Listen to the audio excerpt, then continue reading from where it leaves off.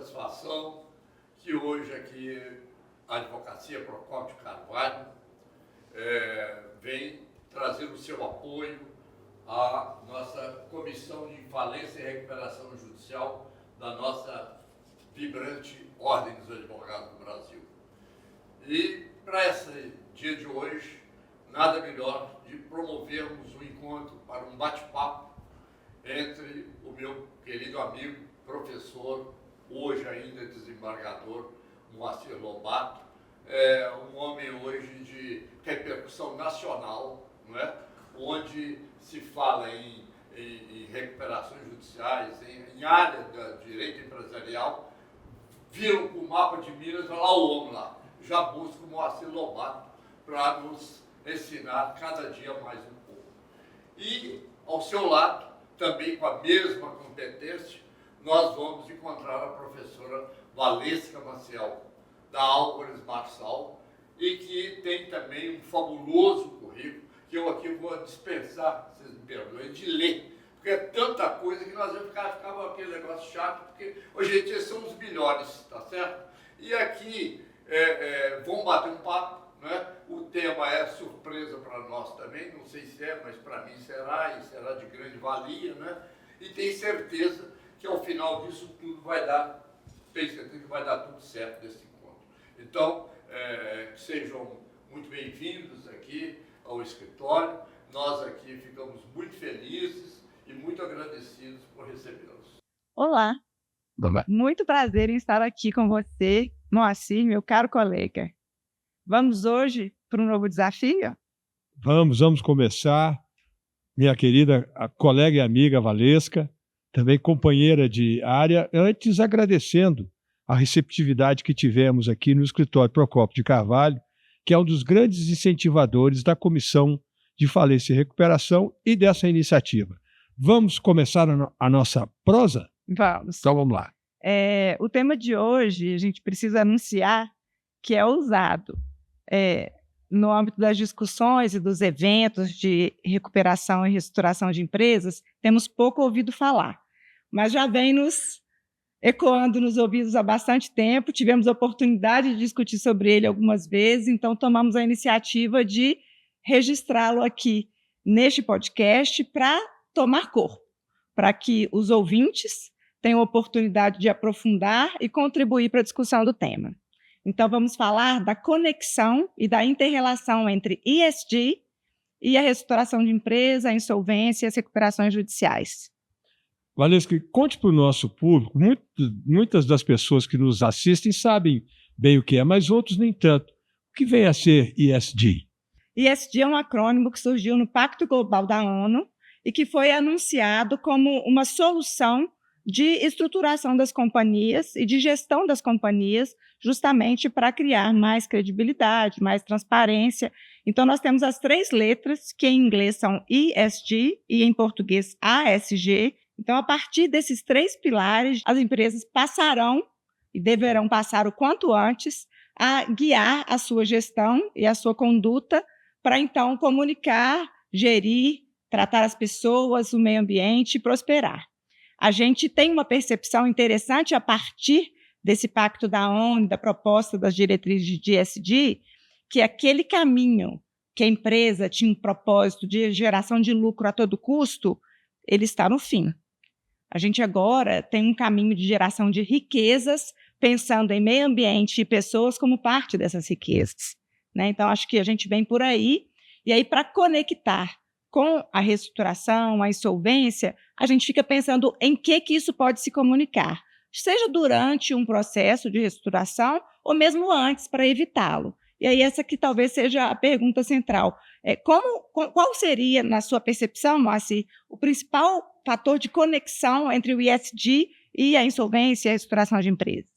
Muito obrigado pela pergunta, mas me permite, eu queria fazer uma consideração ainda preliminar, que muitos daqueles que nos assistem, quando ouvem falar em recuperação judicial, pensam sempre num processo de reestruturação para que se saia de uma crise financeira.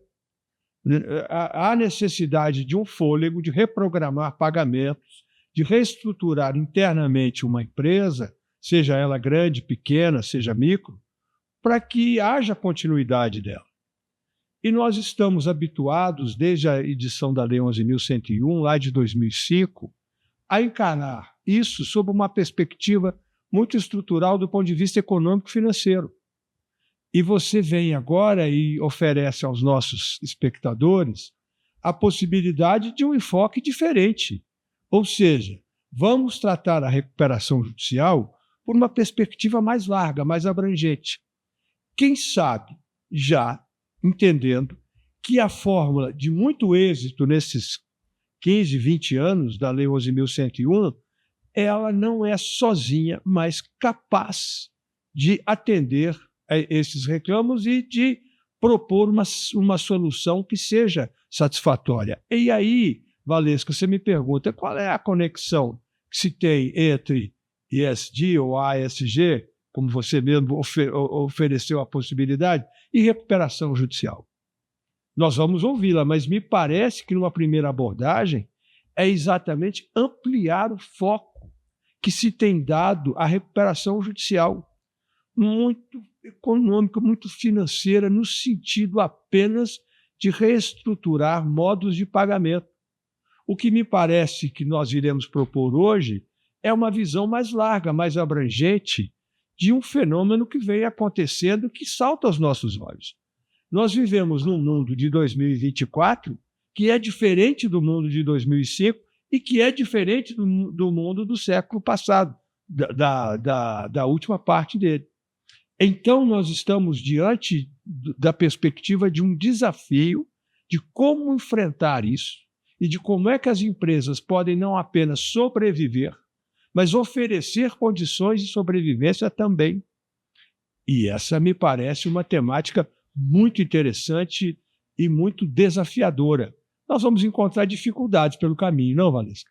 Nós vamos encontrar dificuldades, mas iremos defender a ideia, porque eu acho que ela contribui muito para o nosso cenário, especialmente no Brasil, em que a gente tem, né, os aspectos financeiros e econômicos importantes, mas sociais muito importantes, né? A necessidade de ampliação de oportunidades, a necessidade de enfrentamento das crises climáticas, uma série de assuntos que a gente tem na mesa e que impulsionam aí o nosso empresariado a ficar atento a isso.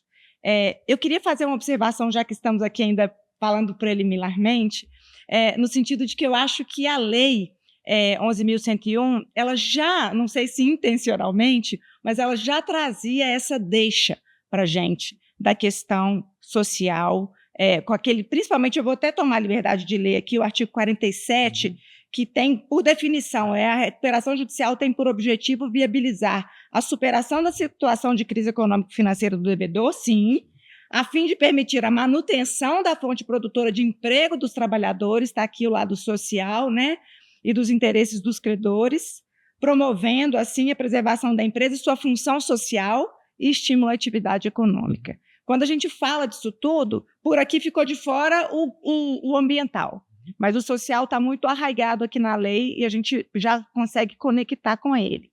Então, eu acho que a gente, nesse bate-papo, tem essa proposta, trazer essa ampliação do foco e num momento muito oportuno, em que a própria CVM, no final do ano passado, né, outubro de 2023, trouxe já modelos, formatos de como que as comunicações das empresas e as informações das empresas devem ser passadas. A gente está falando de empresas reguladas pela CVM, claro, mas um modelo já internacional de divulgação de informações de sustentabilidade, que falam de meio ambiente, de sustentabilidade e de governança. Então, acho que as empresas, especialmente as abertas e reguladas pela CVM, já sofrem essa pressão. Mercado financeiro também. Quando a gente fala de obtenção de crédito, e que é um fator preponderante para as empresas em reestruturação financeira, os bancos e os investidores estão muito atentos aos fatores, né, e às diretrizes de ESG. Então, acho que não tem escapatória. É um tema que precisaremos enfrentar e que bom que estamos fazendo isso hoje. E enfrentaremos com gosto. Né? É verdade. Da sua observação, me chama a atenção o seguinte: nós temos uma lei de 2005 que sucede uma outra de 1945, que havia lá a tal concordata. e a concordata era destinada a salvar os interesses do devedor comerciante ou sociedade comercial. Em 60 anos, a gente dá um pulo extraordinário para algo que não pensa mais exclusivamente no empresário, e sim na empresa. A preservação é da empresa, muito bem lembrado pelo artigo 47, que tem um quê de vanguarda mesmo, que está dizendo claramente, não é um exercício de interpretação, que essa preservação tem por objetivo não apenas o soerguimento da própria empresa, não necessariamente do empresário, embora desejável que seja com ele, mas, sobretudo, de alargar isso para outros aspectos de ambientes, como, por exemplo, os interesses dos trabalhadores, a função social da empresa, os interesses de todos aqueles que gravitam em torno dessa empresa. Então, as linhas mestras já foram dadas há 20 anos. E, como você bem lembra, faltou aqui a questão ambiental, mas essa está muito conectada com uma atividade que é própria, hoje, moderna, de uma empresa que pretenda não apenas soerguer-se, recuperar-se, mas também evitar que se chegue a um ponto mais agudo de uma recuperação judicial ou da própria falência.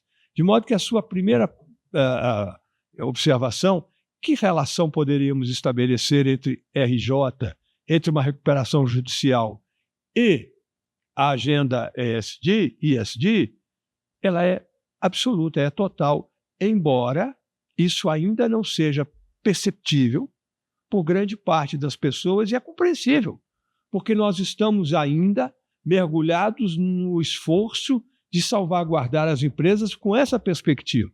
O que vem aqui, e não é uma novidade absoluta, porque isso já vem sendo discutido, dizem que o exemplo na própria Oi, na recuperação judicial, já tem muito de uma pauta de desenvolvimento, sustentabilidade, etc., mas que ainda não se tornou uma prática, digamos assim, que tenha se alastrado ou que venha a se alastrar por todas as empresas. Valesca e eu somos dois dos crentes, dos que acreditamos que para um mundo empresarial, porque nós não pretendemos mudar a ordem das coisas, simplesmente, essa não seria uma boa saída. Talvez essa se converta na única saída, na única possibilidade, por uma razão simples. Vivemos num mundo onde os recursos naturais são finitos. Vivemos num mundo em que as catástrofes agora não esperam 10, 15, 50 anos, elas acontecem na semana seguinte, na semana subsequente. Uma semana passada talvez tenha sido registrado o dia de maior calor no mundo. 2 meses atrás, quem sabe se registrou o dia de maior calor na história do mundo. Por aí vai. Então, não se trata aqui de uma panaceia para todos os males, não é isso.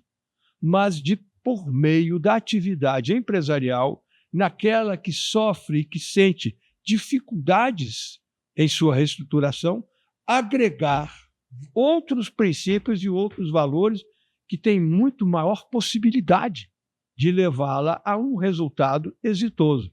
É vamos dizer, esse é o centro da nossa conversa aqui, e que nós pretendemos passar o entusiasmo daqueles que acreditam que estão diante de uma nova perspectiva.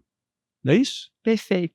Eu estava aqui com entusiastas na cabeça e você terminou com porque nós estamos afinados. Exatamente, a conexão está boa. Está boa. A gente vem pensando muito sobre isso, dividir os pilares, né, ambiental, nos permite olhar para cada estratégia, cada passo da estratégia de recuperação. E aí eu fico pensando que eu já não consigo olhar para as recuperações judiciais sem esse olhar. Às vezes vem uma percepção de que é puramente econômico-financeira, e não é.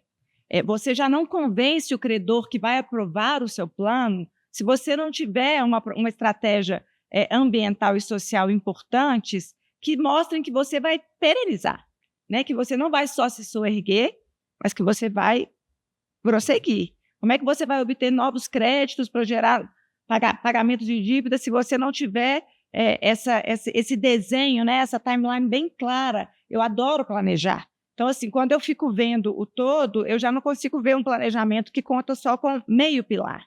Porque se a gente olhar para econômico e financeiro, na estrutura de ESG, está dentro de governança. Dentro de governança. Não é nem um pilar inteiro. Então, é interessante. Assim, a gente precisa de ver muito mais e ampliar muito mesmo esse foco. A gente tem exemplos de recuperações judiciais no Brasil que, por mais que não se tenha usado a expressão ESG, elas foram calcadas em medidas de ESG. Você abordou um assunto aí, me permita te fazer uma pergunta, é o seguinte, você trabalha nessa área, você gosta de planejar, você diz que se sente muito à vontade por isso, e eu ainda atuo julgando processos em que a realidade vem em grau de recurso, e aí há uma situação posta, e não por fazer ainda. Eu tenho uma curiosidade que é a seguinte: um credor que aprove um plano de recuperação judicial, ele pensa básica e primordialmente na recuperação do seu crédito. E muitas vezes ele se vê frustrado por isso, porque os percentuais oferecidos, os deságios propostos, são muito intensos, são muito grandes, e o tempo de cumprimento da obrigação também. Como é que a gente pode conseguir convencer um credor, numa recuperação judicial, de que uma prática ou de que a adoção de práticas de uma agenda de sustentabilidade, de uma agenda mais moderna, como é que isso pode chegar a ponto de convencê-lo, por exemplo, na hora de adoção, na hora de votação, de aprovação de um plano, ele dizer assim, mas espera aí, o que eu tenho a ver com isso? Isso não é um problema meu. Como é que a gente poderia encarar essa perspectiva? Interessantíssima e não ensaiada. Não ensaiada. Isso aqui, todos podem ter certeza que é um debate puro de coração, espontâneo, é verdade. É interessantíssima a colocação. Eu fico pensando que esse credor também é uma empresa e também está sujeita a essas mesmas pressões ambientais. Nós todos vivemos no planeta Terra, nós todos vivemos em sociedade. Então, as RJs de hoje precisam ter mais sensibilidade, credores e devedores. Então, acho que a gente precisa sensibilizar o credor nesse sentido e demonstrar para ele o quão efetivas são as medidas que estão sendo propostas. Então, eu não vou te pagar a totalidade do seu crédito porque eu preciso, para uma questão de perenidade, para a obtenção de crédito, para uma série de coisas, inclusive para a transparência com você, investir em medidas de ESG. Ambientais, porque, a exemplo, por exemplo, de uma questão ambiental importante, uma empresa da área de mineração. Se ela não implementar alterações importantes no seu processo, que custam dinheiro, talvez ela não consiga se perenizar ou sobreviver por tanto tempo. Então, ela precisa investir e ela tem que mostrar para esse credor o custo disso tudo. A mesma coisa socialmente. Eu preciso gerar oportunidades, isso tudo gera investimento em projetos, em pessoas, isso tudo custa dinheiro. E a gente precisa aqui redirecionar os valores. Então, eu acho que esse convencimento é um processo de aculturamento nas RJs, inclusive, dos credores e dos devedores, de toda forma. Assim, a gente vai ter que trabalhar meio que 360, inclusive judiciários, inclusive os órgãos que, por exemplo, ficam fora, né, os credores extraconcursais. Vou fazer uma negociação de um crédito ambiental, que para aquilo vai ser importantíssimo. Se eu conseguir negociar aquele débito, eu vou conseguir oferecer condições melhores para os meus credores, porque eu não vou ter aquela pressão daquele pagamento do passivo com tanta brevidade.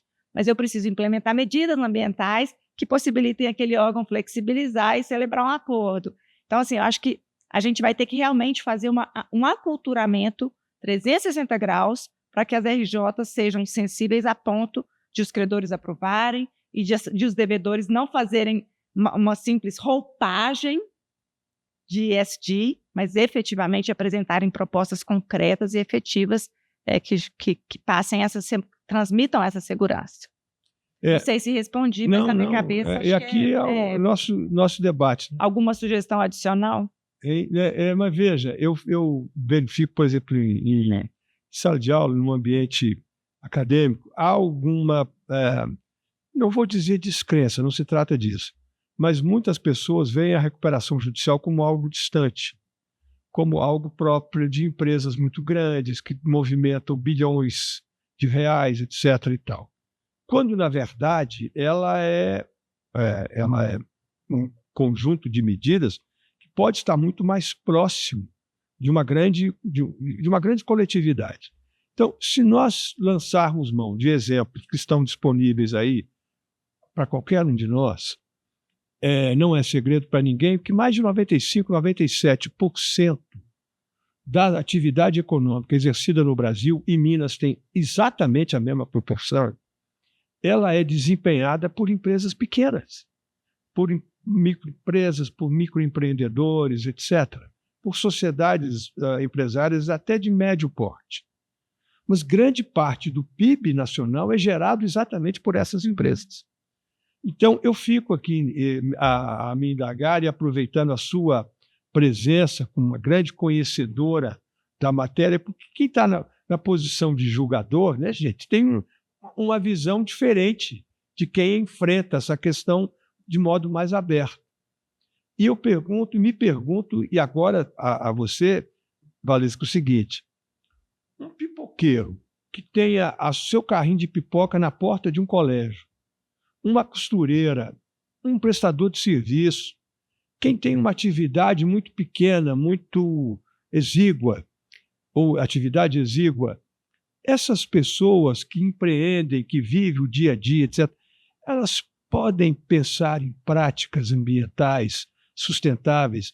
Esse mundo faz alguma conexão com a atividade que elas desempenham? Não só podem, como devem. E eu penso que as empresas, inclusive as maiores, têm um papel muito importante nisso. Quando a gente fala do social, do ESG, a gente fala dessa capilaridade na região em que a empresa atua, né? Então, eu acho que, inclusive, nesses pequenos empreendedores, eles devem receber orientação, apoio, suporte, para que as atividades deles também causem menor impacto e também sigam aí essas medidas todas. Meio ambiente, tudo isso é possível de ser feito e é no pequeno mesmo. Se a gente pensar nas nossas casas, o quanto a gente pode fazer, na minha casa a gente recolhe o lixo separado, é impressionante. Somos 3 pessoas, todos os dias eu separo um saco de lixo, né, reciclável, e entrego todos os dias, não, 2 vezes por semana. É impressionante a quantidade de lixo que a gente... Então, esse empreendedor, o pipoqueiro, toda a embalagem de óleo que ele usar, se ele usar um óleo, se ele reciclar o óleo, se ele levar o óleo para reciclagem, isso é meio ambiente, isso é sustentabilidade. E a gente tem um pipoqueiro, mas se a gente contar no Brasil inteiro, a gente tem milhares de pipoqueiros. Então, as empresas precisam ajudar a gente a espalhar esse aculturamento de ESG para toda e qualquer atividade. Acho que é fundamental. Sem dúvida. E eu fico aqui me imaginando o seguinte: essas questões elas viviam muito afastadas de nós, né?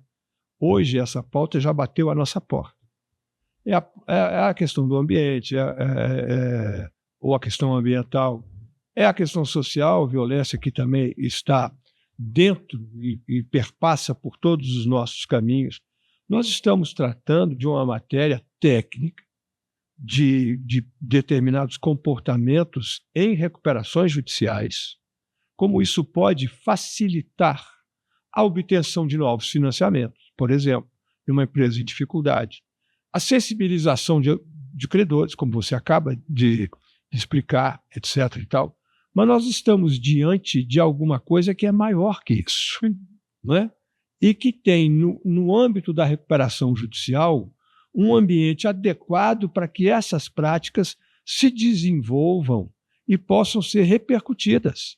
Se nós tivermos bons exemplos de recuperações judiciais, cujos devedores tenham adotado práticas, digamos, salutares, práticas adequadas, e que tenham obtido êxito nos seus processos, com uma adesão mais adequada dos credores e de todos os que cercam aquela empresa, seja ela grande ou pequena, nós poderemos ter aí um núcleo de propagação de uma agenda que é de fundamental importância, não é apenas para desenvolvimento econômico e social, que é de absoluta relevância.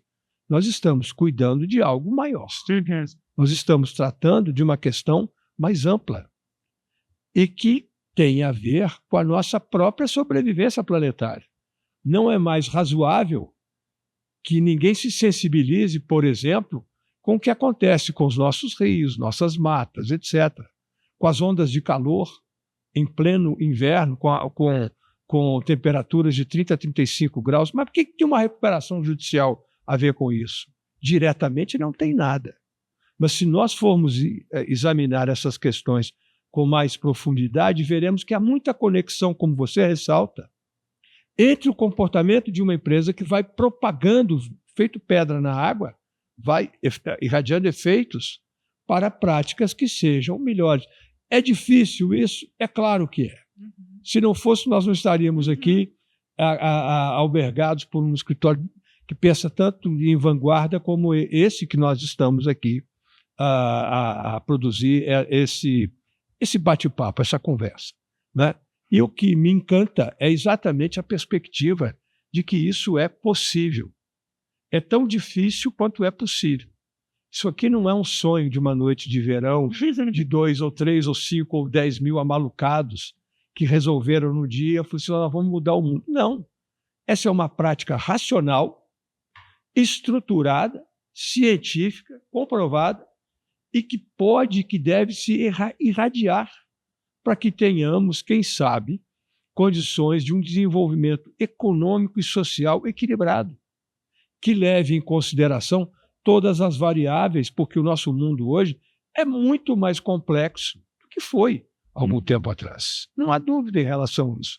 E o que nós estamos procurando oferecer aqui é uma pitada de otimismo, de crença, de que por meio técnico, por exemplo, de uma recuperação judicial, nós podemos avançar em determinadas práticas, em determinados comportamentos que serão, quem sabe mesmo, e torcemos por isso, adotadas com uma adesão muito grande.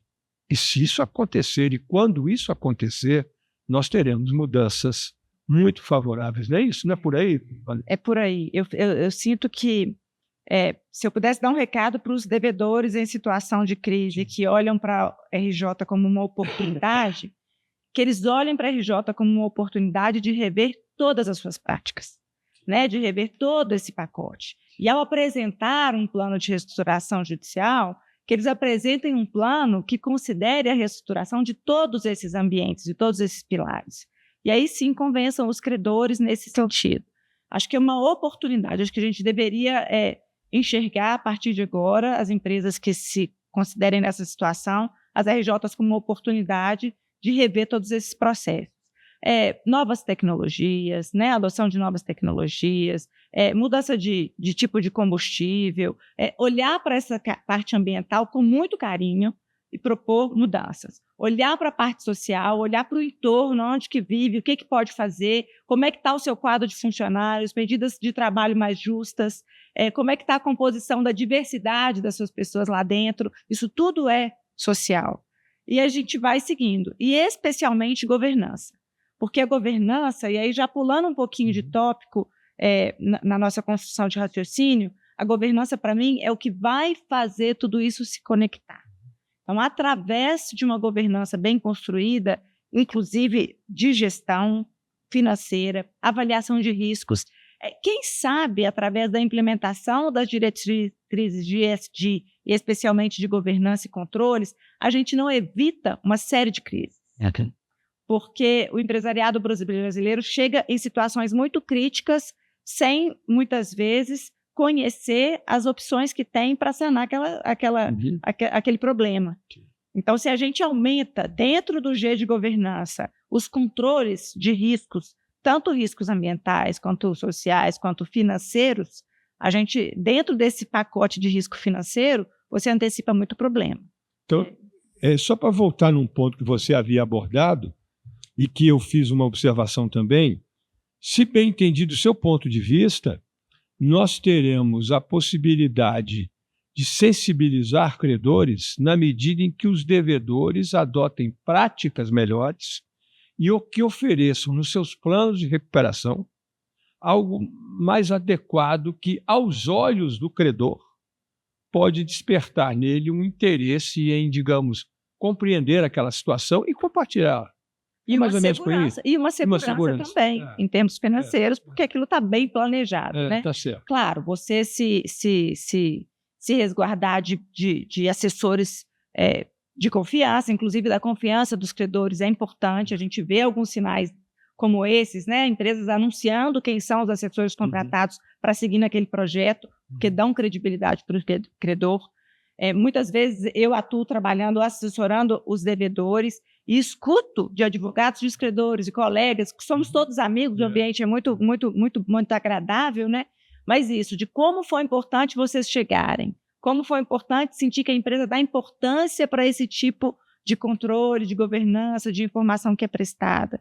Então, eu fico achando isso, assim, tem muitas medidas no A e no S, mas a governança ajuda a amarrar, comunicar, transmitir e transformar isso, por exemplo, em voto favorável ao EPRJ. Que, no final das contas, o o que se devedor busca, é que se, o que o se que ele busca. quer, né? Exatamente. Isso, Além de perenidade, ele precisa aprovar aquele plano.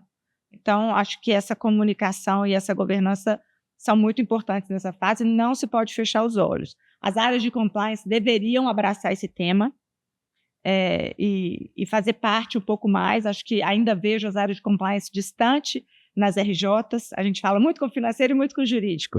E a gente fala pouco com as áreas de compliance. Acho que ainda cabe muito aculturamento em relação a esse tema. Você está falando de áreas de empresas, de compliance, de financeiro, de jurídico, né, de forma um todo, numa estrutura empresarial. Eu vou falar um pouquinho daquilo que eu tenho atuando há muitos anos, que é no Poder Judiciário. Né? E eu acho que o Judiciário é sensível e está aberto a isso. Só que uma característica do Poder Judiciário é que ele não avança. Ele não pode ser vanguardista nesse aspecto. Ele não pode criar soluções que não estejam emolduradas pela lei e tenham sido respaldadas pela jurisprudência.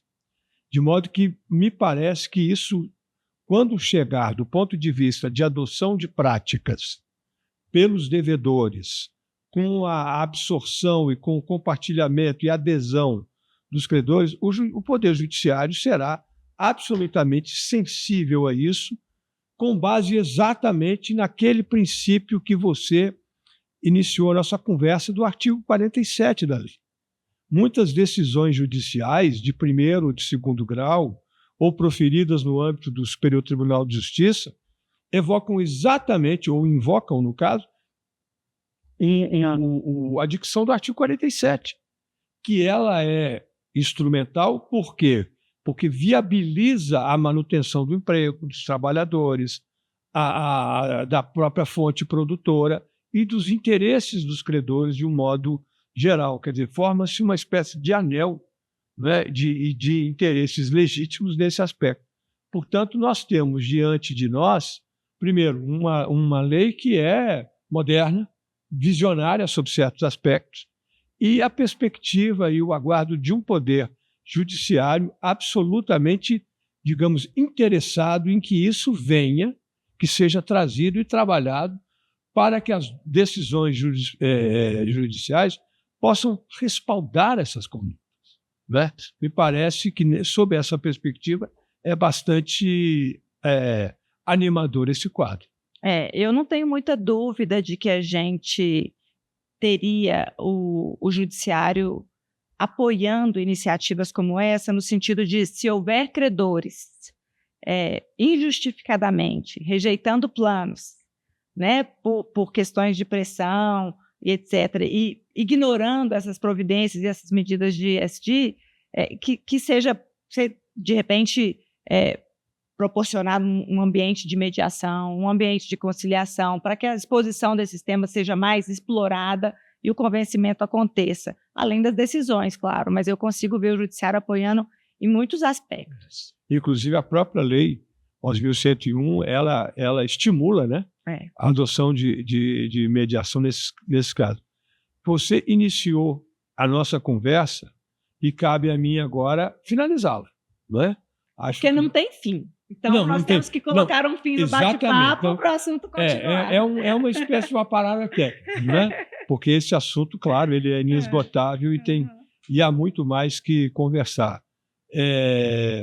Então, dentro dessa perspectiva e considerando o tempo que temos, eu gostaria de ouvir suas considerações finais. Eu não estou aqui como entrevistador, não, mas você tem uma posição tão encantadora em relação a nas recuperações judiciais que eu acabei fazendo um pouquinho de escada e não me arrependo, porque eu tenho certeza que os nossos espectadores gostaram muito das explicações que foram dadas. Pode encerrar. Espero que nós. sim.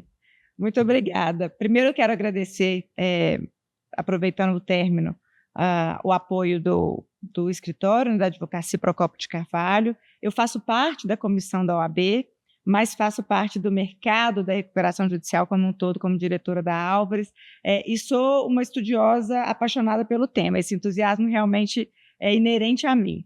Então, em relação ao tema ESG, o que eu posso desejar é que mais pessoas se interessem, que a gente possa discutir isso em outras mesas, que isso não seja, né, uma mesa dos idealistas, que a gente realmente trate de medidas propositivas em relação ao tema, e que tanto credores quanto devedores e judiciário e outros órgãos sintam-se abertos para isso, porque, na minha percepção, é inevitável. Estamos nesse caminho, não tem volta, o nosso planeta pede isso, né? Somos todos habitantes do mesmo lugar, e a questão financeira e social também. As desigualdades são grandes demais, incomodam, né? Nos incomodam no dia a dia, e esse é um passo, é uma oportunidade. Quando você pega uma empresa de recuperação judicial, a capacidade de repercutir, porque ela cuida dela, ela cuida dos fornecedores, dos empregados diretos, indiretos, daquelas famílias, da sociedade, sabe?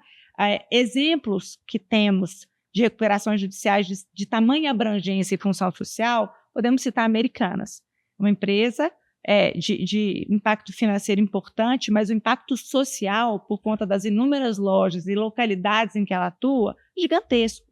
Então, a preservação dessa empresa foi calcada em medidas de ESG, principalmente de governança e social, porque se fez dessa maneira, e os credores entenderam, e o plano foi aprovado. Então, assim, já temos alguns exemplos de recuperações judiciais calcadas em medidas de ESG, Samarco, Americanas, Oi tem exemplo também por conta da própria iniciativa da Oi, né, de propor aí um supervisor judicial, é uma medida de governança. Então, acho que a gente tem exemplos, precisamos reunir esses exemplos e fortalecê-los.